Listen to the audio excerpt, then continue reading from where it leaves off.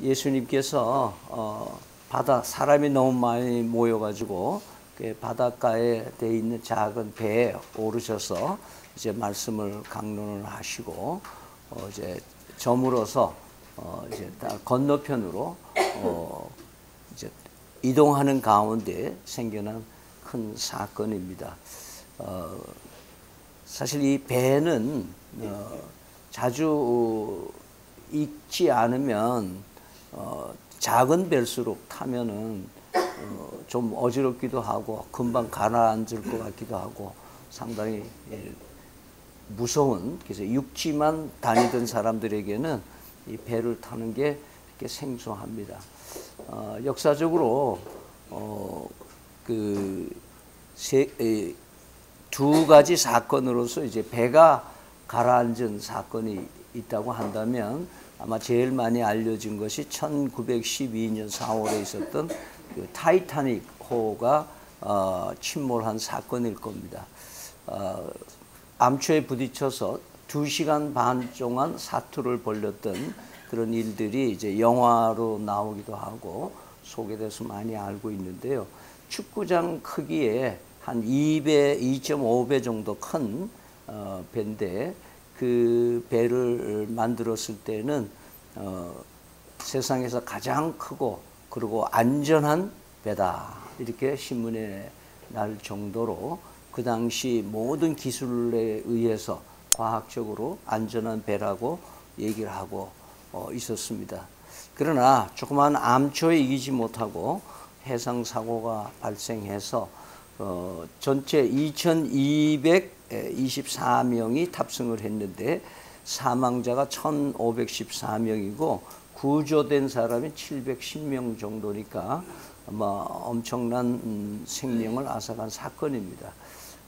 많은 사람들이 비판을 하지만 이 타이타닉 호의 침몰 원인은 교만과 오만이다 이렇게 얘기를 하고 있습니다. 가라앉을 수 없는 배라고 그렇게 선전하기도 했다고 하는데요. 그런 원인이 조그마한 데서 있었던 것을 우리는 봅니다. 두 번째는 세월호라고 하는 우리 한국에서 있었던 이 정치 판도를 바꾸는 그 조그만 배가 2014년 그것도 4월에 470명이 탑승을 해서 단원고 학생들이 대부분인데 그 실종자 9명을 포함해서 304명이 죽고 172명이 구조된 그런 사건이어서 우리 모두가 잘 알고 있습니다. 물론 이 세월호의 그 침몰 원인을 악덕 선주와 또 아주 잘못된 선장의 이 선장이 이 사고를 일으켰다라는 것이 이 원인인데 우리는 엉뚱한 데서 그 세월호 침몰 사건의 원인을 찾고 있는 것을 이렇게 보게 됩니다. 최근에는 엄청난 여러분 대우조선이나 우리 한국의 조선업계가 세계에서 탑 5에 다 들어가게 돼 있는데 이런 배들이 최신의 기술 엄청난 크기의 배, 뭐 유조선을 비롯해서 화물선, 여객선 이런 것들이 지금 세상에 나와서 대양을 누비고 있는 세상입니다.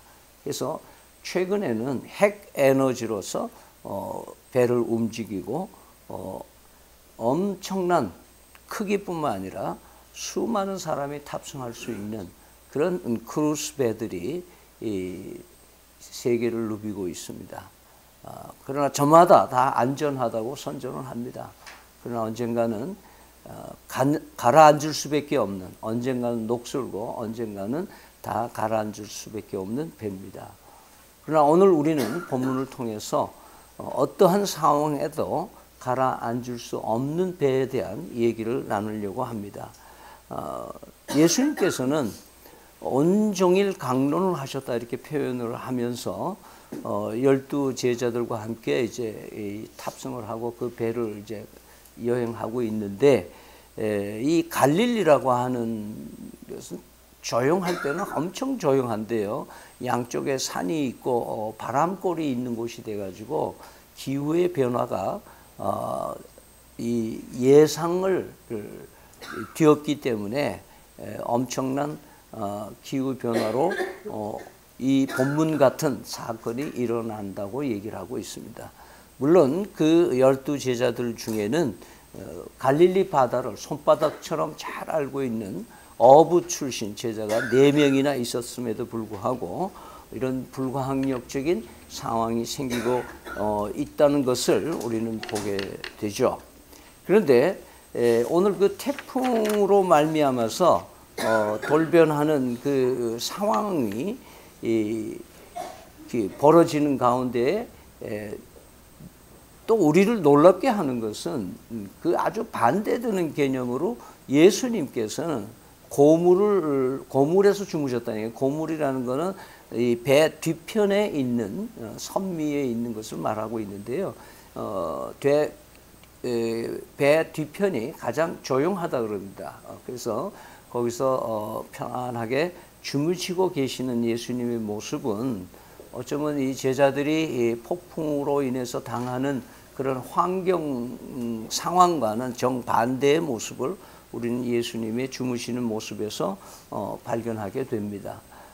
그러면서 우리는 인생이라고 하는 이 배를 항해하면서 살아가다 보면은 예기치 않은 사고, 질병, 또 직장, 사업의 위기, 그리고 가정에서의 갈등, 원치 않는 소용돌이가 우리를 겁에 질리게 만들 때가 있습니다. 그러면서 이 본문에 있는 제자들처럼 그 불안해하고 그 다음에 이 초죽음 앞에 있는 이런 현상을 경험하는 그 상황을 우리에게 알려줌으로 인해서 하나님께서는 오늘 우리에게 무엇을 말씀하시는가 하는 것들을 우리는 귀담아 들을 수 있어야 될 것입니다. 여기서 마치 12 제자들에게는 잠시나마 이 예수님 따라다니다가 낭패 보겠네. 예수님은 저렇게 편한데 우리는 이게 죽을 지경인데 그 예수님은 뭐 어떤 분이신 거야? 이런 의아심도 가질 수 있었을 거예요. 왜냐하면 이들이 그 예수님을 다급하게 깨우는 모습을 우리는 보면서 그 예수님을 깨우고 나서의 상황 변화가 엄청 달라진다는 사실을 사실은 전에는 몰랐던 거예요. 아마 우린 다 죽을 거야. 아마 예수님 주무시는 거 보니까 우린 다 죽어도 예수님은 살아나시겠지? 뭐 이런 생각을 했는지도 모르겠어요. 그러나 이 겁에 질렸던 제자들을 그 제자들이 예수님을 깨우고 나니까 엄청 달라졌어요. 예수님이 잠잠하라, 고요하라 하고 바람을 꾸짖었다. 바람과 파도에게 명령했다, 지시하셨다, 이런 표현입니다. 그랬더니 금방 조용해진 거예요. 그 제자들의 그 정서적인 변화는 이 예수님이 주무실 때에 폭풍이 불었을 때의 그 폭풍에 대한 놀라는 그 놀람이 예수님이 폭풍을 잔잔하게 하신 다음에 더 놀란 거예요. 어떻게 이런 일이 있었느냐. 그래서 이 사람들이요, 한 얘기가 뭐냐면, 그는 누구인가? 41절에 보면 그래요. 이게 누구냐, 이게? 자기 선생님으로 지금 따라다니고 있는데, 몰랐단 말이냐? 예수님이 어떤 분인가 몰랐다는 의미로밖에 들리지 않아요. 이 사람이 누군가? 왜 바다와 이 바람도 잔잔하게 만들 수 있는 분은 과연 예수님이 누구냐 이거예요. 그래서 이 사건의 기록의 위치를 본다면 이 사람들이요, 제자들이 예수님이 누군지를 몰랐을 리가 없어요. 왜냐하면 이 저물어서 35절에 등에 저물어서는 말은 하루 종일 강론하셨어요. 그 하루 종일 강론하신 다음에 이 사건이 나온 거예요. 그 말은 이 강론의 주제는 뭐예요? 좋은 땅을 만들어 주시는 예수님이셔요. 좋은 땅으로 우리를 만들어 주실 수 있는 분, 십자가에서 피 흘려 죽으셔서 우리의 운명을 바꿔놓으시고 아무것도 생산할 수 없는 자들에게 30배, 60배, 100배의 열매를 얻을 수 있는 좋은 땅으로 만들어주신 분이 예수님이다 라고 가르쳐 주셨어요. 그리고 뭐래요? 나는 참 빛으로 이 세상에 왔는데 내가 너희를 세상의 빛으로 보낸다. 그러니까 등불을 높은 데다가 달아놔야지 이렇게 이 마룻바닥이나 침대 밑에다가 놓으면 되겠냐. 그러니까 너희가 이 예수 그리스도가 누구이신지를 만방에 드러내는 삶을 살아. 내가 참 빛으로 온 메시아 중에 왕이다 라고 말씀하고 있는 거예요. 그리고 그 다음 뭐라고 얘기했습니까?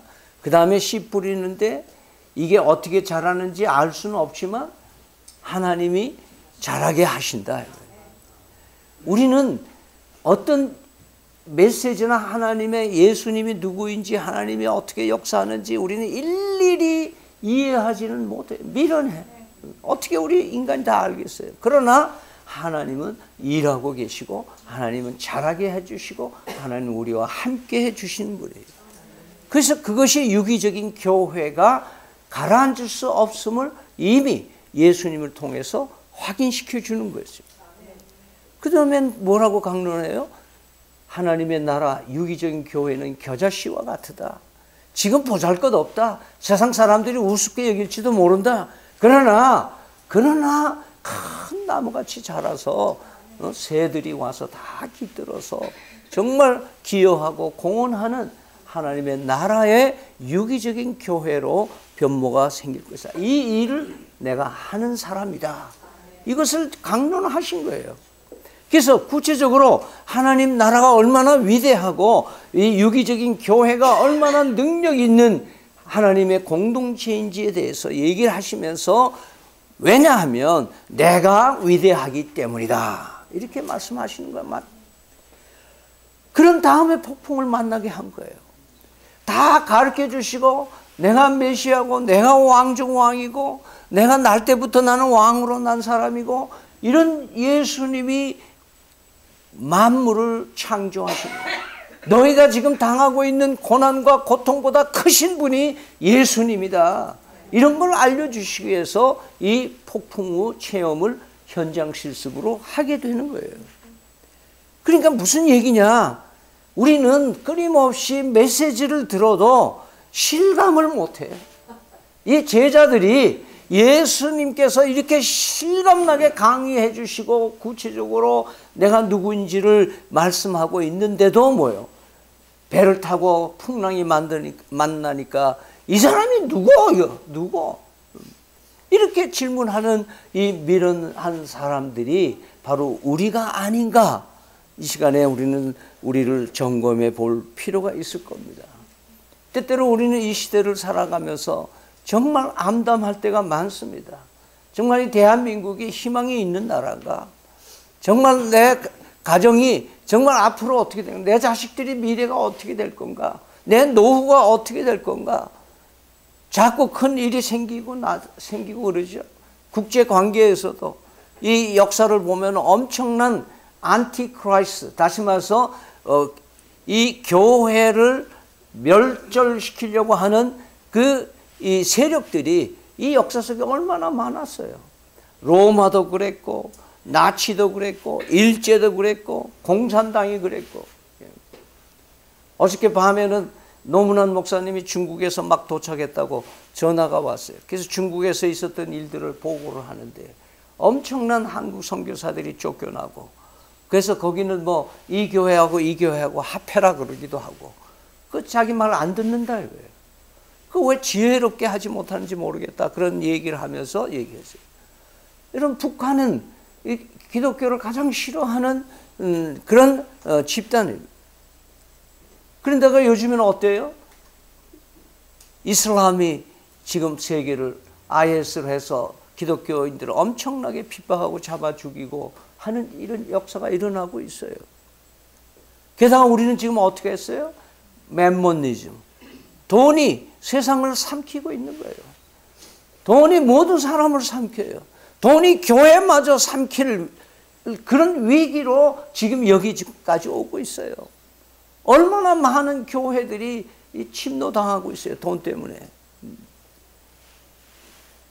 그러나 하나님의 교회는 언젠가 주님이 오실 때가 되면은, 언제나 주님이 다시 오시면, 우리가 2000년 전에 많은 이스라엘 백성들이 희망이 없을 때 메시아를 기다렸던 사람들을, 그 기다림이 간절했던 사람에게 아기 예수께 경배할 수 있는 특권을 주신 것처럼, 예수님이 다시 오실 날, 예수님을 깨우고 예수님이 다시 오는 그날 예수님이 나타나셔서 잠잠하라 할 때가 오리라고 우리는 믿습니다.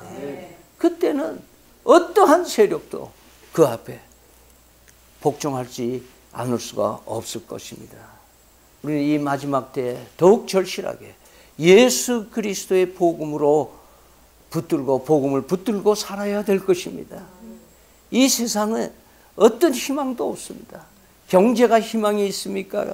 과학이 희망이 있습니까? 기술 인력이, 정치가, 최근에 이세돌이가 그 한돌이라고 하는 PC 바둑하는 AI한테 첫 판에 이겨서 야 괜찮다 싶었는데 두 번 다 졌다는 얘기 들어보죠. 네. 알파고에게 바둑이 이긴 사람은 사실은 이세돌밖에 없어요. 그래도 결정적으로는 AI에 의해서 인간이 쪽을 못 쓰는 시대가 온 거예요.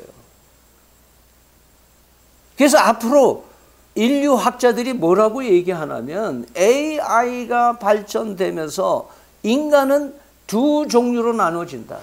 하나는 무용자와 유용한 자. 그러니까 쓰임 받는 자와 쓰임 받지 못하는 자가 있다 이거예요. 그러니까 AI가 등장하면서 대부분이 쓸모없는 사람이 되고 만다 이거예요. 할 일이 없어. 무슨 속기사가 뭐 속기를 필요로 합니까? 뭐 필요가 없는. 이 현실은 이런 식으로 우리를 위협하고 있어요. 인간 문제를 무엇으로 해결해도 해결되지가 못합니다. 어부가 전문가가 4명이나 타고 있었지만은 그 불어는 오는 태풍에 대해서는 속수무책이었습니다. 하나님께서는 이 시대에 우리에게 이러한 절망적인 상황이지만, 우리의 배가 곧 뒤집힐 것 같은 위기가 가득 차 있지만, 하나님께서는 오늘 이 태풍 사건을 통해서 결코 가라앉지 않는 배가 존재하고 있다는 것을 우리에게 알려주십니다. 유기적인 교회는, 하나님의 나라는 어떤 것도 전복시킬 수가 없다고 말씀하십니다. 여러분이 잘 아시는 대로 마태복음 16장 16절에 보면, 너희들은 나를 누구라고 하냐고 예수님 물으실 때 베드로가 주는 그리스도시요 살아계신 하나님의 아드님이십니다라고 고백을 했습니다. 그러니까 그 다음에 이 18절에 예수님께서 내가 네게 이르노니 너는 베드로라, 내가 이 반석 위에 내 교회를 세우리니 음부의 권세가 이기지 못하리라. 교회는 사이즈 때문에 망하지 않습니다. 예수님이 있는 교회는 가라앉지 못합니다. 가라앉을 수가 없습니다. 어느 시대보다도 우리는 예수님으로 가득 채우는 신앙과 예수님밖에 자랑할 수 없는 그런 교회로 계속해서 믿음으로 나가야 될 것입니다.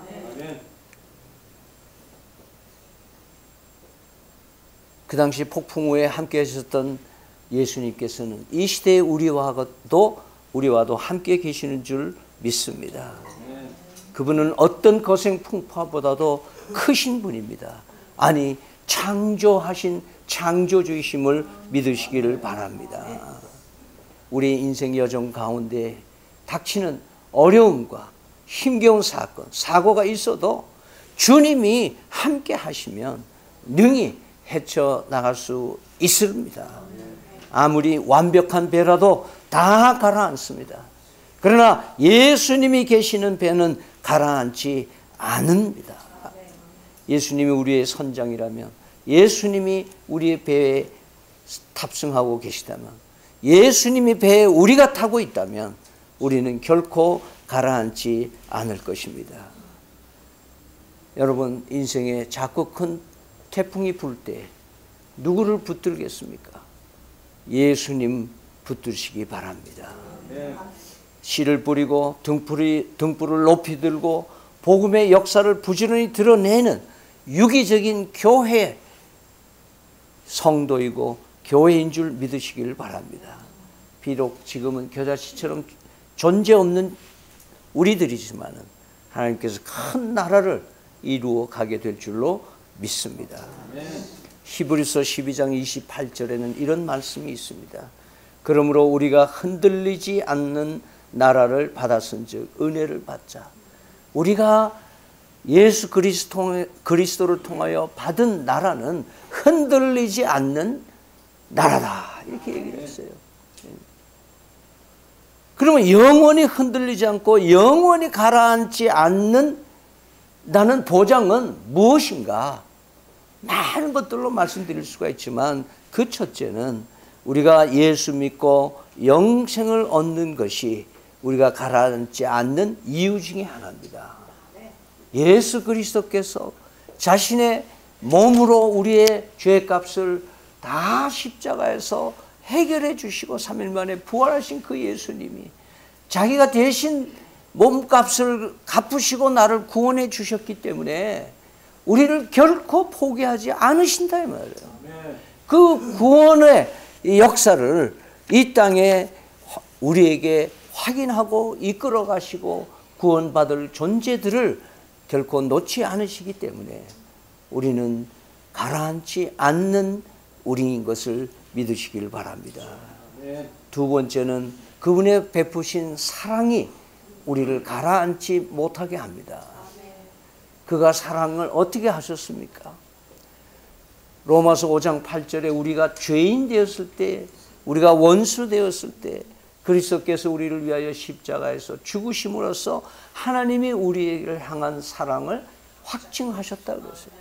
요한 1서 4장에 보면 하나님은 사랑하신다 이렇게 안 하고 하나님이 사랑이시다 말이에요. 그러니까 하나님이 사랑이시기 때문에 예수 그리스도를 믿음으로 인하여 내 안에 하나님의 사랑이 들어와 계신다 말이에요. 그 때문에 이 사랑이 나를 가라앉지 못하게 하신다. 가라앉을 수가 없는 배에 승선되어 있다는 것을 우리는 하나님의 사랑을 보면 알 수가 있다. 여러분이 잘 아시는 로마서 8장 37절 35절 이하에 누가 우리를 그리스도의 사랑에서 끊으리요? 환난이나 공고나 박해나 기근이나 적신이나 위험이나 칼이라. 기록된 바 우리가 종일 주를 위하여 죽임을 당하게 되며 도살당할 양같이 여김을 받았나이다 함과 같으니라. 그러나 이 모든 일에 우리를 사랑하시는 이로 말미암아 우리가 넉넉히 이기느니라. 그리스도의 사랑에서 우리를 끊을 것이 없다 이 말이에요. 우리는 그리스도의 사랑 때문에 우리는 가라앉을 수 없는 배에 있다는 것을 잊지 마시기 바랍니다. 다음으로는 우리가 가라앉을 수 없는 것은 그리스도와 나와의 관계입니다. 그리스도가 나의 구세주가 됨으로 해서 그는 나를 친구로 승격시켜 주시고 하나님의 자녀가 되는 권세를 주셨기 때문에 이 관계는 아무도 끊을 수가 없다 이 말이에요. 하나님과 나의 관계가 엄청난 흡입력이 있고 밀착성이 있고 그리고 엄청난 구심력으로 우리를 당겨주시고 계시기 때문에 우리는 엄청난 복원력을 그리스도를 통해서 가지고 있기 때문에 결코 파손될 수 없는 유기적인 교회의 일원이 된 줄로 믿으시기를 바랍니다. 그 때문에 이 관계는 끝까지 가는, 예수님께서 우리를 끝까지 책임져 주신다는 것을 잊지 마시기 바랍니다. 사랑하는 성도 여러분, 우리는 때때로 폭풍을 만나는 제자들처럼 처한 환경과 여건들로 인해서 두렵고 또 떨리고 힘들고 곧 가라앉을 것 같은 그런 위기에 처할 때가 있을 수 있습니다. 그러나 여러분, 좀 무식하게라도 주님을 부르짖고 깨울 수 있기를 바랍니다. 주님, 내가 여기 있습니다. 주님, 내 형편을 알지 않습니까? 주님, 도와주시옵소서. 나 다 죽게 된 걸 그냥 내버려 두실랍니까? 주님, 나를 도와주시옵소서. 아마 이 도와달라는 제일 짧은 기도를 한 베드로는 이 얘기를 할 자격이 있을 거예요. 예수님 물 위로 걸어오실 때에 다 놀라고 있을 때 예수님이 나다. 예수님이요. 그 베드로가 나도 물 위로 걷는다고 하는 도전을 하게 돼. 물 위로 걸으니까 몇 발자국 걷다가 물에 쑥 빠져요. 그때 단 영어로는 두 음절이에요. Lord help me.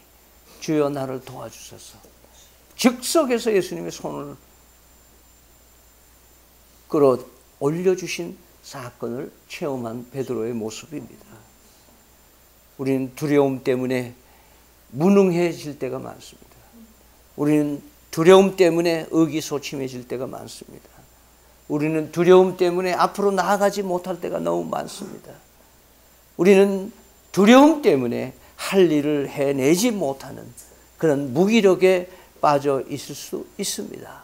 그러나 왕으로 나신 아기 예수 그리스도를 우리 가운데 모시고 힘차게 새해를 향해 항해해 나간다면 하나님께서 우리의 앞길을 크게 축복해 주시리라고 믿습니다. 우리 찬송가 371장을 한번 펴시기 바랍니다. 371장을 보면은 오늘 이 풍랑에 휩싸인 제자들의 마음을 너무나도 잘 M.A. 베이커라고 하는 분이 가사를 썼는데요. 너무 아름다운 찬송입니다. 제가 먼저 가사를 한번 읽겠습니다. 구주여 광풍이 불어 큰 물결이 일어나 온 하늘이 어둠에 쌓여 피할 곳을 모르니 우리가 죽게 된 것을 안 돌아봅니까? 깊은 바다에 빠지게 된 때 주무시려 합니까? 구주여 떨리는 내 맘 저 풍령과 같아서 늘 불안에 쌓여서 산이 날 붙들어 주소서. 세상의 풍파가 나를 삼키려 합니다. 지금 죽게 된 나를 돌보아서 곧 구원해 주시옵소서. 사나운 광풍이 차고 큰 물결이 그치니 그 잔잔한 바다와 같이 이 마음이 편하다. 구주여 늘 함께 계셔서 떠나지 마소서. 복된 항구에 즐거이 가서 그 언덕에서 쉬리라. 같이 부르시겠습니다.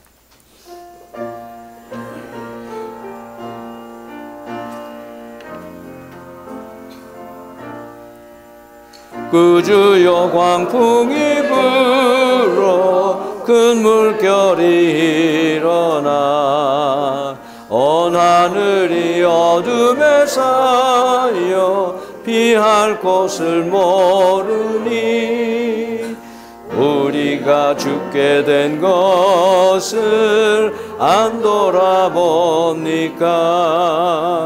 깊은 바다에 빠지게 된 때 주무시려 합니까? 큰 바람 물결아 잔잔해 잔잔해 사납게 뛰는 파도나 저 흉악한 막이나 아무것도 주 편안히 잠들어 누신 배 엎어놓을 능력이 없도다. 주 예수 풍파를 꾸짖어 잔잔해 잔잔해 주 예수 풍파를 꾸짖어 잔잔하라. 그 주여 떨리는 내 맘 저 풍랑과 같아서 늘 불안에 쌓여서사니 날 붙들어 주소서. 세상의 풍파가 나를 삼키려 합니다. 지금 죽게 된 날 돌아보사 꼭 구원해 주소서. 큰 바람 물결아 잔잔해 잔잔해.